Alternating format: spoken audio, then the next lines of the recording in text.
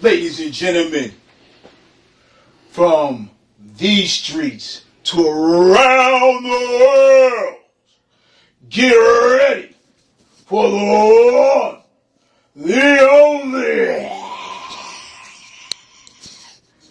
Peace to the G's Podcast. My name is JD. How are you? That's Rondo. Hit him. Gotta get my mic working first.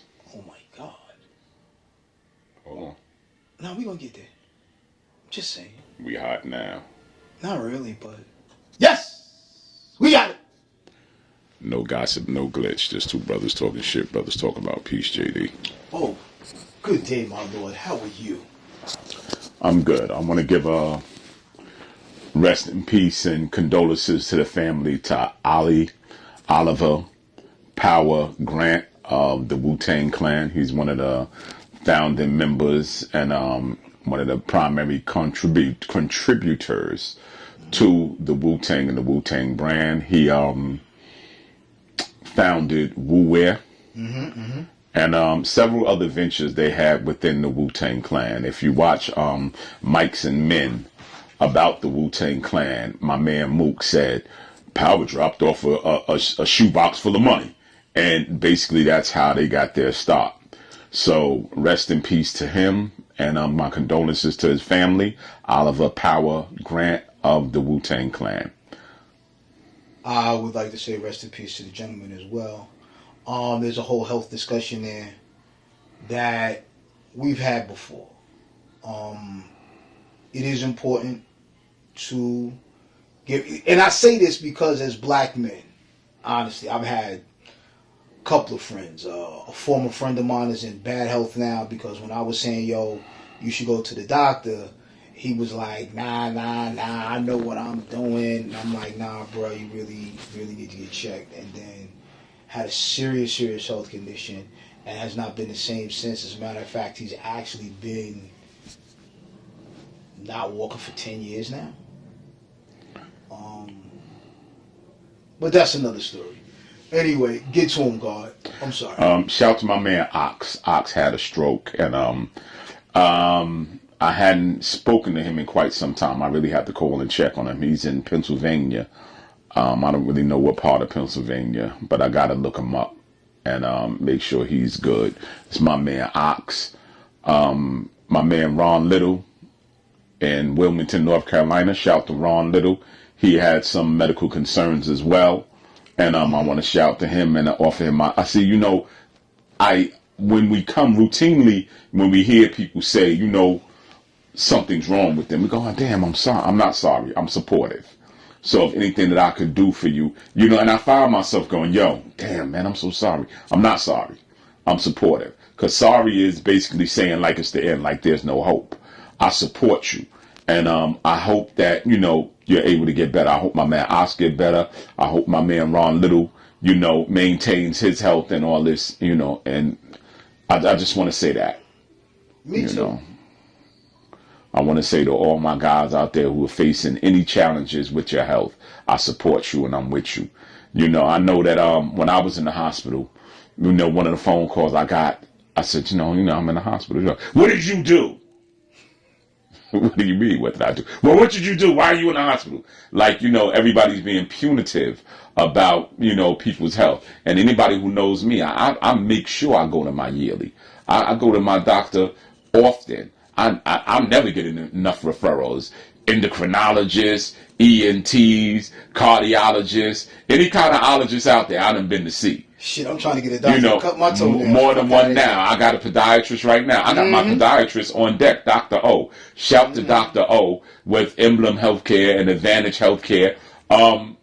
Amazing young doctor. He just got married. Congratulations. He just he just went to Bermuda, and we had a discussion about us going to Bermuda and the Bermuda Triangle. So shout out to Dr. O. So I met that girl Lola. Yeah, I told him about you meeting Lola. Shout to Dr. O. So, our health is very, very important, It's very, very important. And I'm a person, again, I go to the doctor quite frequently. So this past weekend was the Coliseum farewell event. It's the end of an era. You know, watching the Coliseum close was, it was kind of a big deal. You know, I would frequent the Coliseum.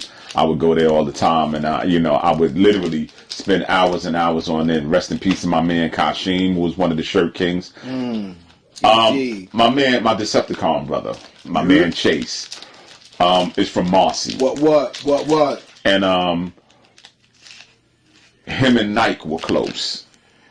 You know, he, Nike, Jay-Z, Jazzo, all these guys, Sauce, they all grew up together. So I met Jay-Z through Chase. I met Nike through Chase. I met so many people. And once that I met them, I would go to the Coliseum and frequent them. Me and Kashim were closer because we were both righteous and from Queens. But me and Nike formed a very close relationship. Me and Fade had a very close relationship. Shout out to Tyson. Kashim your student? Huh? No. No, not at all. Shout out to Tyson. And many other members of the Shirt. Nunu, Sarah, a lot of other people involved in the Shirt Kings movement. You know, shout to Eddie at Eddie Goes Caps. Shout to Barry Shabazz, Eric and Barry. Rest in peace to Eric. Shout to Ali. Ali used to sell the beepers. And shout out to Derek. He did this. Shout to Derek. Shout to Jeff Starr. Shout to I got one tattoo he didn't do, and he started out as a Shirt King. And I have several tattoos.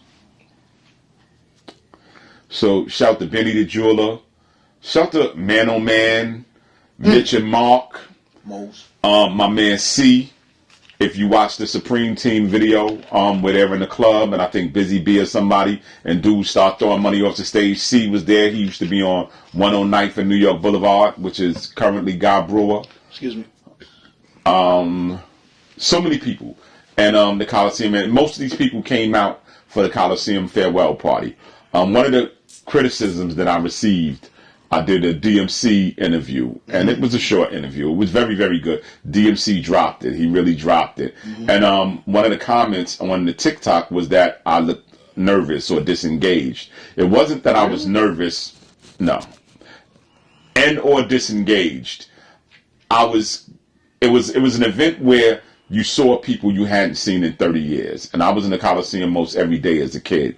And even growing up, going into adulthood, when it was, open and it was my thing, I would swing through every day, like I said, and see Cos and them. And we would hang out most days. And even when they had the apartment across the street, when the Coliseum closed, we would shoot to the apartment across the street. And so I was seeing people I hadn't seen in 30 years. And between DMC, seeing people he know, and people were trying to greet me that I knew, it was a lot of melee. So my eyes was all over the place. I'm looking here, I'm looking there. And I wasn't looking disengaged. I was looking at people trying to say, you know what, I acknowledge you. And I see you, dog. And especially to somebody like Derek. I hadn't seen Derek in many, many years. And I shouted Derek out, but I couldn't speak because I was doing the podcast. And Chino's trying to flag people off and wave people off. DMC's management is like, wrap it up, let's go. So it was a lot going on. So my distractions were not that I was disengaged or not attentive to what DMC was saying, because I was grateful because he dropped it. He really dropped the knowledge about the record business and different things in our short interview. And I would love to have a sit down with him later on. But again, I was, it was a lot of stimuli. It was a lot going on at that time. So I was really trying to acknowledge people and, do different things to make people aware that I recognized their presence, but I could not sway from the interview that I was doing. Absolutely. So everybody I missed, shout to you. I hope that I get to see you again in the future, because a lot of these people, again, I hadn't seen in up to 30 years. So the Coliseum event, the music was there, and the performances were good. Shout to Kaya Baby.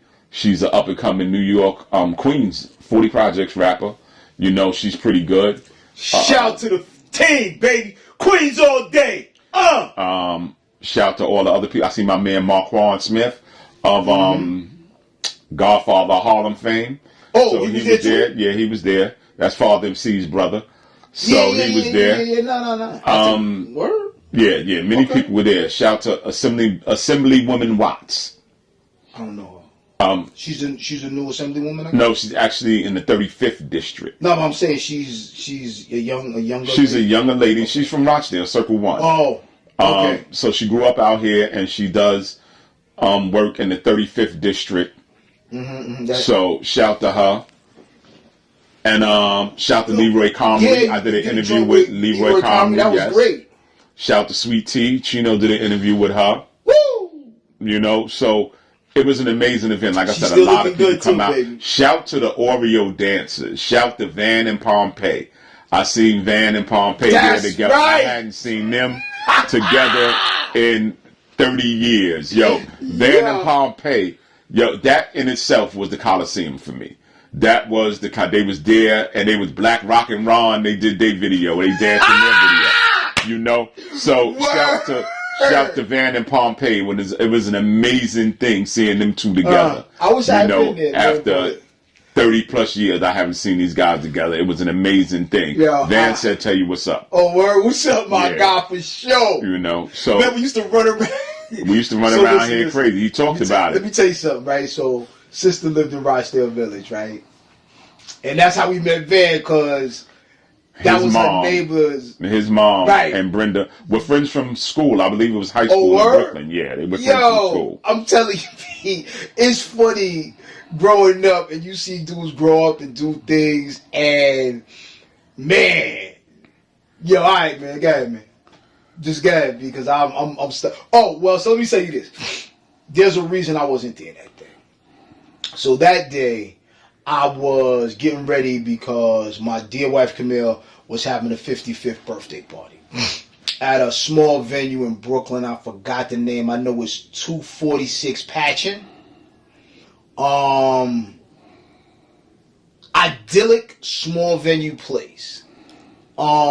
They serve wine and they serve beer. They do not serve hard spirits.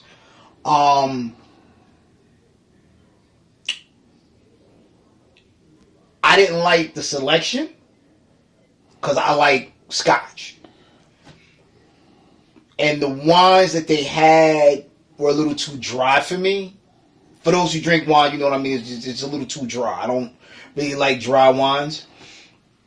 But the atmosphere was great. Apparently there was no music with no cursing to be had. So, or since we were all of a certain age for the most part, Charisma was there too, by the way. That's our little cousin. She's like my son's age, so 30, 31. She was with Stacy. She drove up, took her mom's. My cousin Reese was there. Hey! I had a ball. It was a great event. Right? The venue is nice. Let me tell you something. Where we were, it was a lot. I don't know what the new equivalent of a yuppie is. Right? You know what a yuppie is. I don't know what if y'all do. But like, it was like these buppies, I guess, black up, little Soho chicks, and it was beautiful. But they kept trying to come in because the place should have been open, but it was a private event that we were having. But I was excited to see them, and they was all like 20s, 30s. They had on the colors and the outfits, and they really looked like.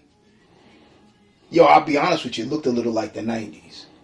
We was wearing, I don't want to say anything, but it wasn't a thing to put on some bright colors, something nice, and just go out. So they looked like that. They didn't look like, jeans and t-shirt motherfuckers. It was a nice look and a nice setting. They had a big ass church pew in there. Like, it was long. And I was in there with a couple of ministers. I'm like, yo, we sitting on the church pew, right? He was like, I didn't notice that. Shout to my man Marlon Crooks. Marlon always match. My man Jamaica Mall that makes the mall Jamaica. He was another big Coliseum guy. I would see him in the Coliseum all the time. Martin and Martin, the twins. Rest in peace to Martin. That's my guy. So definitely shout to Martin. Shout to my cousin Just. I haven't heard from him since. I ain't heard from him in a while either. No. Quite some time. When his baby just had a birthday too. So shout to my cousin Just. He did watch at one point. I don't know if he's still watching. He's watching. But he was a watcher at one point. So shout to Just. I think he just had a grandbaby. Another one. Again, he didn't mention it. I haven't spoken to him in quite some time. But I'm now. on Facebook all the time. And, Okay. And the Instagram. Okay. So shout to Just. Of course, always we got to shout out Susie Q. Susie Q, she always tunes in on the TikTok. That's the number tickety one. tock, the tockety tick. Shout to Roslyn Great. Or the Great Roz. So, you know, she always tunes in. I appreciate her. And all the viewership, you know, on the TikTok, the Instagram, YouTube, Spotify, however you tune in. We got you niggas on Facebook now. And the people who ask for shirts, I'm going to definitely get your shirts out to you. Piece of the G's podcast t-shirts. I'm definitely getting your t-shirts out. Theo got it. What happened to the shirt? Theo has it. No, He picked it up. The one I had is in the bathroom, hanging up on a hook. Oh. The rest of them, he only bought me 2 to use at that event. He had the other ones on, they pressing them up. Yeah, so yours is there. He's getting it. He picked it up. And he's picking it up. I just want you to show. Because listen, we got a new layout. And in one of the previous videos you saw, we did not show it. We're in a time, not necessarily a time crunch, but it takes a while to set up for that display. And the guard recently had surgery. We did talk about it. So he can't do a lot of moving around right now while he's healing up. A couple of weeks we'll be back in the new studio, I guess. Yeah, the new studio. With the backdrop and everything. But, you know, listen, I love Man Cave Monday stuff. I love sitting in here with the William Shakespeare and the Giants helmet and the Bingo Long posters and all that. I love this room. This is not my room. I don't have a room. I have a small space in my basement. But I love this room. I love it. I absolutely love it. It's great. And so I feel really comfortable when we're here, which is... I love the fact that my father used to always say, why do you have all this junk? No matter what I collected, he would always go, this is junk. That's what he said. Every time he come in and go, why do you have all this junk? And I'm sitting there going, why are you here? I guess it was his house, so... I guess he can call whatever he wanted. He paid the bills. Well, actually, I paid the bills at this time. But, you know, he still thought my stuff was junk, whether I paid bills or not. You got to understand, our father was African, pure, not necessarily traditional Liberian. He grew up in America. He came here like 5. He went back for a short period of time in his teenage, early 20 years. But again, he did not spend a great deal of time in Africa, though he was African.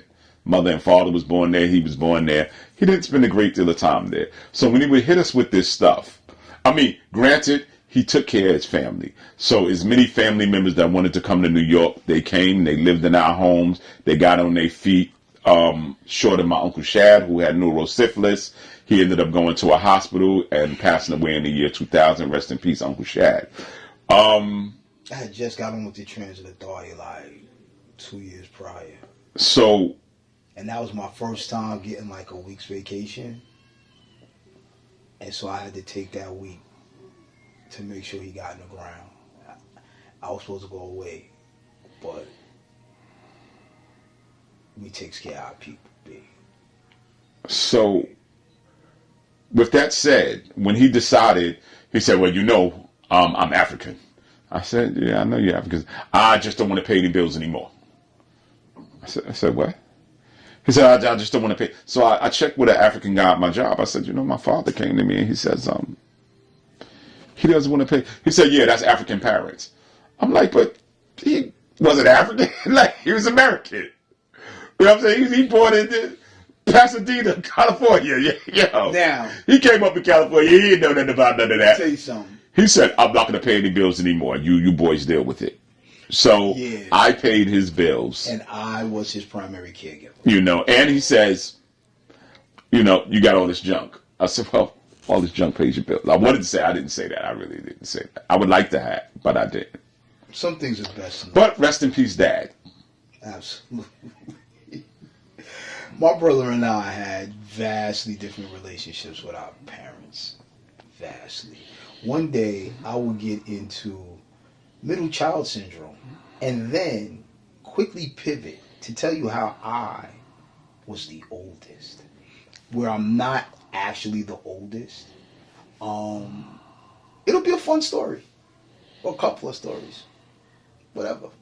We're gonna be trying some new shit too. He was the oldest boy, so my father, again, in his tribal way, would try to reach back into this ancestry and say and people always said he had an accent. I did not recognize the accent in my father. Some things he said. He spoke What do you call it? a very clear English He to called us me. idiots. Well, he would say idiots, yes. He never said he. I don't know why he put that fucking H on idiot. He would say, but I don't know if that's African. That kind of sounds more Jamaican to me. Maybe he picked it up from Mr. Marsh. He was like Haitian or something, right? Man, I don't know why that shit just. I don't even know why I thought of that shit. That shit was just so funny, man. Shit that used to hurt the fuck out of me is just hilarious now. What are you, an idiot? Listen, I'm sorry. He's having a serious moment, and I am not serious. You know, fucking it up. let me tell you something. You laugh and you cry. If I listened to, internalize the things that my father said and did to me, I'd cry all the time. But I can't internalize. He was who he was. Listen, it's a sunny day outside. It grew us up fast. We became men at very young age because of He did. My father put me out the house. When you look back, my parents bought a house in 1973. They bought another house in 1980. I lived in the house from 73 to 80, and the first house, and the other house, which we had in the family for 40 years. I only actually lived there for 10 years. I only lived there from 1980 to 1990. Once he put me out in 1990, I had come back to take care of my mother and help out, and I had a room there, but I actually didn't live there. I always had another apartment somewhere else.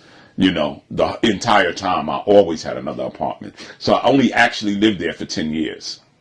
Not my fate. I was there till 90. Like 99, he was only there. Not 95. Roddy wasn't even a year old when we moved out. But I moved into the house they gave us. So, yeah, I got all the old son perks and all the old son responsibilities. He was the money guy. I was the day-to-day guy. But it was what it was. I mean, who are we if we are not there to take care of the people who took care of us? I was the money guy. I was there day to day because I had my own room there. That's not all. So I was there. I'm talking about most days. Saying specifically with our father, with our mother, everybody was hands on. I was there most days when my father was there. I'm not even though he would throw me out every day. Okay. I didn't want you in my house. I'm like, you're aware that I don't actually live here. Yeah. What I should have done was I should have taken my cat, Fat. I should have taken as my mother's cat. Right. My mother always called her Tess. She goes, her name is not Fat. Her name is Tess. But she was fatter than a motherfucker. Yeah, she was so fat, we used to call her Fat twice, Fat. So Fat, I should have grabbed Fat up and took her to the apartment and left him alone completely. But I certainly did not do that. He would always, get out of here. I want you to take and get that cat out of here too. The cat ran outside one time by accident and got locked out. And the cat was a house cat, so she was definitely afraid of being outside. But once he realized that she was outside, he was definitely afraid too. Oh, we gotta find the cat. I thought you hated the cat. Yeah, everybody hates the cat. I hate the dog. All right. But let me be clear, right? When the cat was in crisis, he was the first one there panicking to get the cat back in the house. I didn't want Bradley, but I cried when Bradley died. I was there when he took his last breath. I don't want Onyx and Blue. We have them for a specific purpose. I'm deathly actually allergic to the dogs. Went to what's the name to try to get the allergen knocked down. He said, yo, your best bet is just to stay away from the dogs. Dogs is on me all the fucking time. I'm an animal person. I don't want them to go. I don't like them, but I don't want them to go nowhere either. It's how it is. So that I take from my dad. Other things, not so much.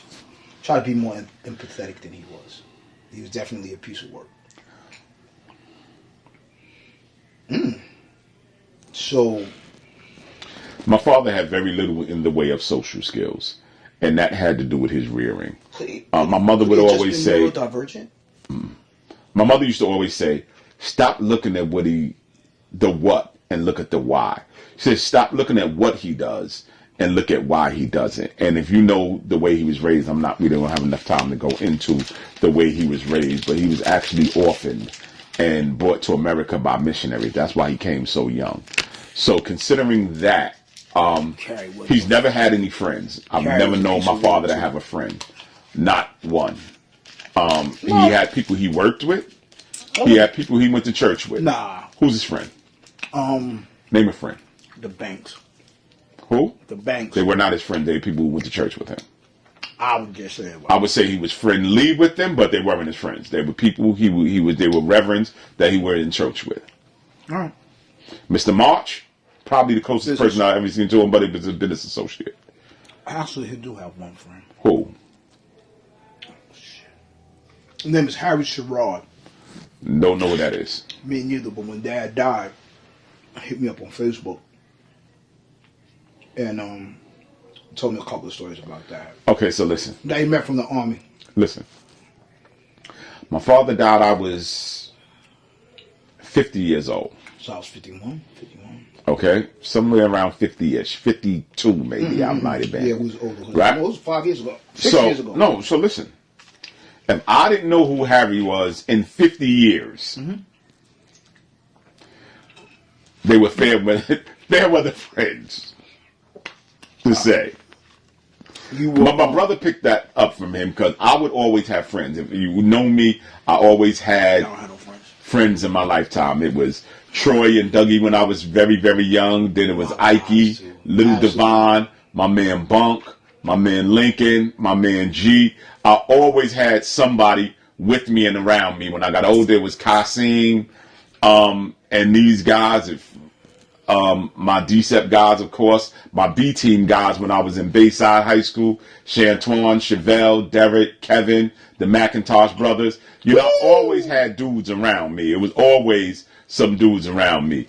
As far as John, I know when he went to Jones Beach, he had a group of friends there.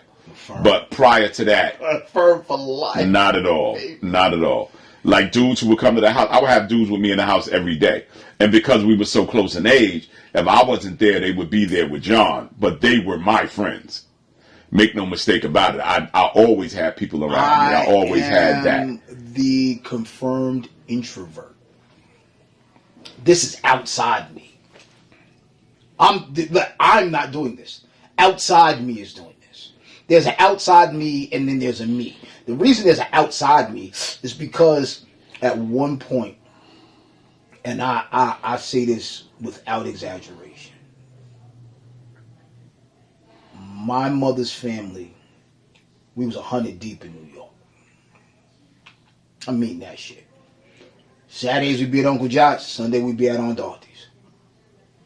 If it was winter, then we'd just be at Aunt Dorothy's. But some of the Saturdays, in the spring, we was at Uncle John's house because he was always cooking out. We was in the pink houses quite a bit too. On Saturdays. So, having a huge family, you learn to socialize. You learn social skills. You may not want to use them, but you ain't going to sit in a house with 50, 60, 70 people and not fucking speak. So a lot of times when y'all see me outside, that's outside me. Outside me is really, really fun. Regular me, not so much. I did have a couple of friends, but not like him. He is Mr. Outside. He's Mr. Heat Miser. I'm absolutely Mr. Cold Miser. He's Mr. Sun. He's Mr. 101. That's not how that line goes. I don't know. You fucked that up.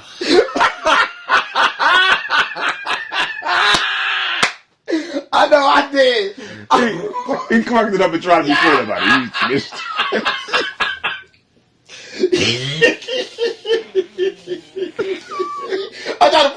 on to this. He goes, he's Mr. 101. That shit was super cool.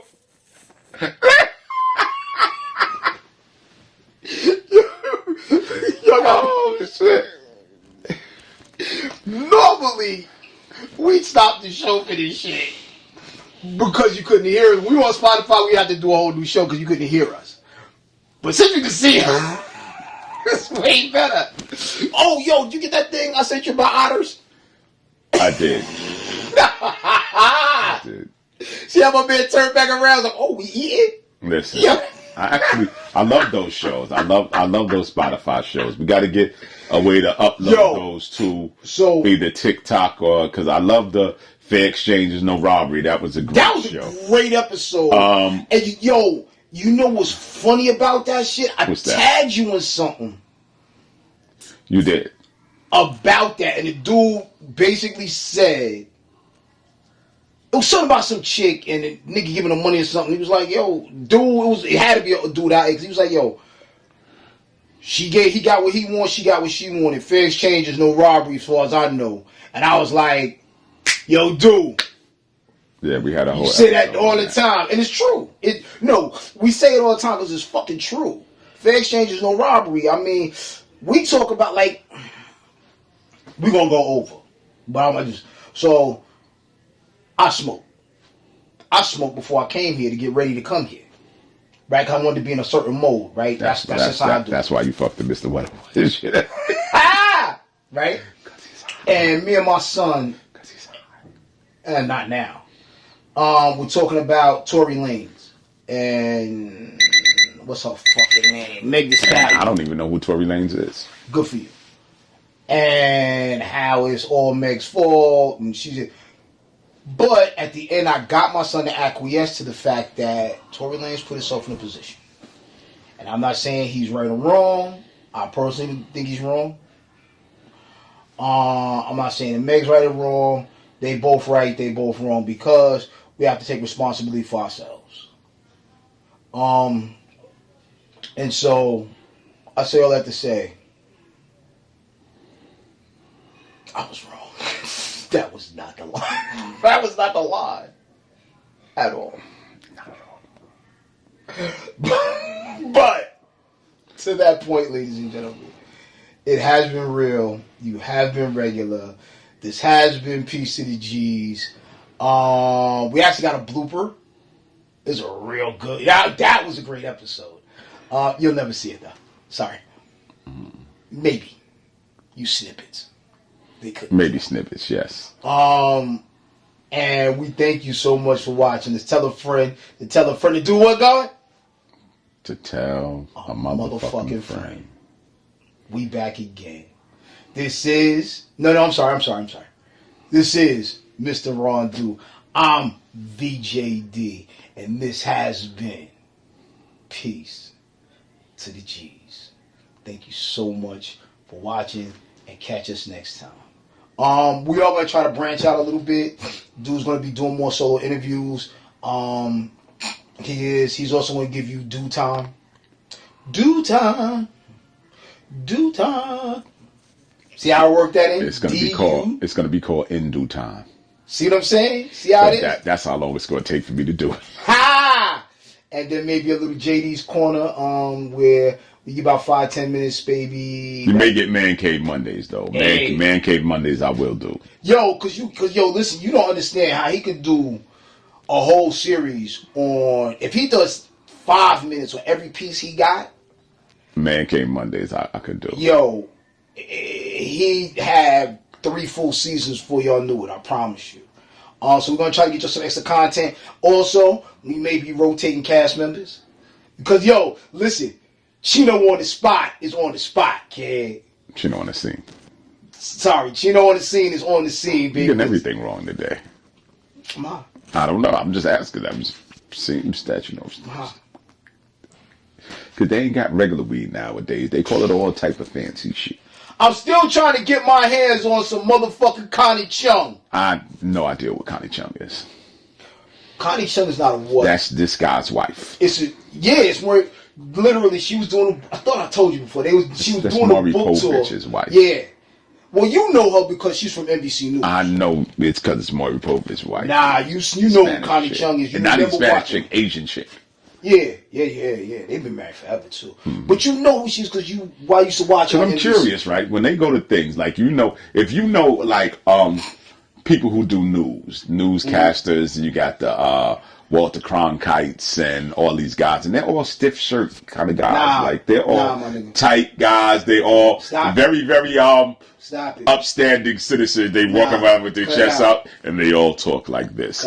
So when you go to an event, right, and you're Kaidi Chung, right, and you go to an event, right, and you get there, do the dudes stand in the corner and go, husband, say, you ain't the daddy. Talk about a husband like, yo, because they're really very conservative people. And he walks in and he go, because he used to be a serious journalist. A serious journalist, right? He was dead serious father at one time. Had a distinction, I'll never forget this. His father was in Newswomen of the Year.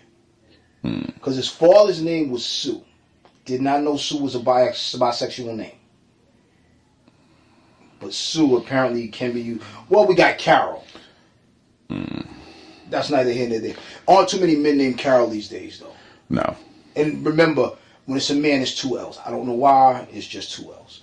But it's crazy. They go into these all these big journalists are there, Pulitzer Prize winners, and this guy's known for, you are not the father. Like, come on.